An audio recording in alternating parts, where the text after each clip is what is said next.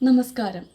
രാജ്യാതിർത്തികൾ മായ്ക്കുകയും മറയ്ക്കുകയും ദേശത്തിൻ്റെ തന്നെ അടയാളങ്ങൾ ഇല്ലാതാക്കുകയും ചെയ്യുന്ന വിഭജനത്തിൻ്റെ നിലയ്ക്കാത്ത നിലവിളികൾ നമുക്ക് ചുറ്റുമുയരുന്ന ഈ കാലഘട്ടത്തിൽ മനുഷ്യ മനസ്സുകളുടെ സങ്കീർണതകളും അഭയാർത്ഥികളുടെ സ്നേഹം തേടിയുള്ള പലായനത്തിൻ്റെ കനൽ വഴികളും വേറിട്ട രീതിയിൽ വ്യാഖ്യാനിക്കുന്ന ഒരു നോവലാണ് 49ാമത് വയലാർ പുരസ്കാരം നേടിയ ശ്രീ ഇ സന്തോഷ് കുമാറിൻ്റെ തപോമയിയുടെ അച്ഛൻ എന്ന നോവൽ. പല കാലങ്ങളിലെ അഭയാർത്ഥി ജീവിതം കടന്നുവരുന്ന ഈ നോവലിൻ്റെ പ്രധാന ആഖ്യാന ഭൂമി അഭയാർത്ഥി ക്യാമ്പുകളാണ്.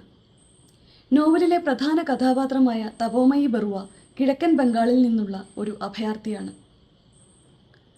ഒരു കോർപ്പറേറ്റ് സ്ഥാപനത്തിലെ ജോലി രാജിവെച്ച് അഭയാർത്ഥികളുടെ നന്മയ്ക്കായി സ്വന്തം ജീവിതം ഒഴിഞ്ഞുവെച്ച തപോമയി ബറുവ അമ്മയുടെ ഉദരത്തിലായിരിക്കെ തന്നെ സുന്ദർബൻ കടന്ന് കൽക്കത്തയിലെത്തുകയും തുടർന്ന് ഡൽഹിയിലേക്ക് ജീവിതം പറിച്ചു നടുകയും ചെയ്ത ഒരു കുടുംബത്തിലെ അംഗമാണ്.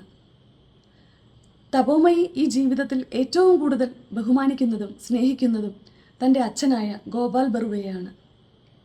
സുമന്ന ബറുവ എന്ന തപോമയിയുടെ അമ്മ നോവലിലെ അതിശക്തയായ ഒരു സ്ത്രീ കഥാപാത്രമാണ്.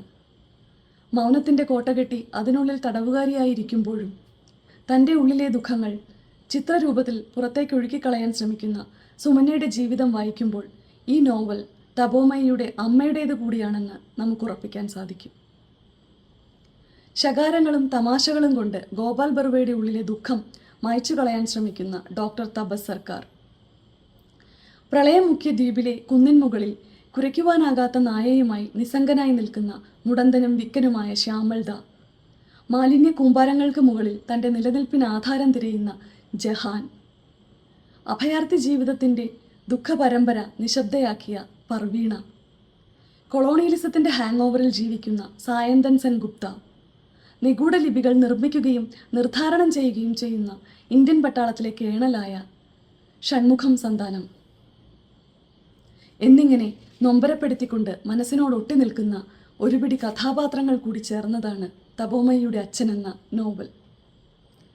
ആഖ്യാതാവും തപസ് സർക്കാരും ഒഴിച്ച് ബാക്കി ഈ നോവലിലെ കഥാപാത്രങ്ങൾ എല്ലാവരും തന്നെ ദുഃഖത്തിൻ്റെ നിഴലിൽ ജീവിക്കുന്നവരാണ്.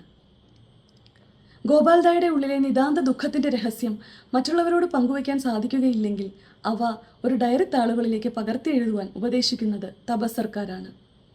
എന്നാൽ തൻ്റെ ഇരുണ്ട ഭൂതകാലം ഒരിക്കലും മകൻ തപോമയി അറിയരുത് എന്ന് ആഗ്രഹിക്കുന്ന ഗോപാൽദ, കേണൽ സന്താനത്തോടൊപ്പം ഉണ്ടായിരുന്ന നാളുകളിൽ അദ്ദേഹം വശത്താക്കിയ പ്രാക്തനമായ ഗൂഢമായ ലിപിസഞ്ചയം ഉപയോഗിച്ചാണ് തൻ്റെ ഭൂതകാലം ഡയറിയിൽ എഴുതി വയ്ക്കുന്നത്.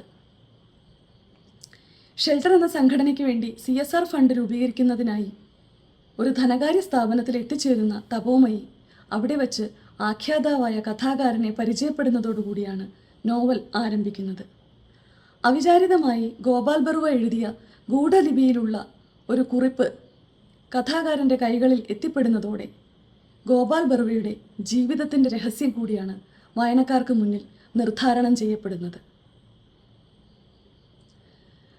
തൻ്റെ പ്രണയം സ്വന്തമാക്കുന്നതിന് വേണ്ടി ഗോപാൽ ബറുവ ചെയ്ത ചെറിയൊരു തെറ്റ് അദ്ദേഹത്തെ ജീവിതകാലം മുഴുവൻ ദുഃഖത്തിൽ ആഴ്ത്തുന്നതും തൻ്റെ മകൻ ഇതൊന്നും അറിയരുത് എന്ന് ആഗ്രഹിക്കുന്നതിലൂടെ അയാൾ അനുഭവിക്കുന്ന മാനസിക സംഘർഷങ്ങളും നോവലിൽ എഴുതി ചേർത്തിരിക്കുന്നു.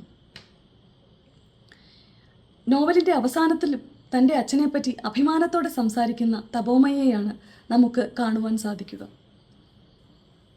ഇരുൾ മൂടിയ വീട്ടിൽ സ്വന്തം ഹൃദയത്തിൻ്റെ ജാലകങ്ങളും വാതായനങ്ങളും തുറന്നിട്ട് അഭയാർത്ഥികളുടെയും അശരണരായവരുടെയും ജീവിതത്തിനു വേണ്ടി അക്ഷീണം പരിശ്രമിക്കുന്ന നിശ്ചയദാർഢ്യമുള്ള തപോമയെ തന്നെയാണ് നമുക്ക് ഈ നോവലിൽ ഏറ്റവും അധികം ഇഷ്ടപ്പെടുക.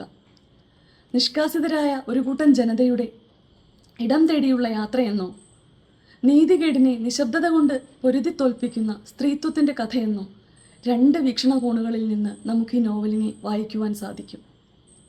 തപോമയി എന്ന താക്കോൽ ഉപയോഗിച്ച് അനുഭവത്തിൻ്റെ ഒരു മഹാപ്രപഞ്ചത്തിലേക്കാണ് ശ്രീ ഇ സന്തോഷ് കുമാർ അനുവാചകരെ കൈപിടിച്ചു നടത്തുന്നത്. നന്ദി.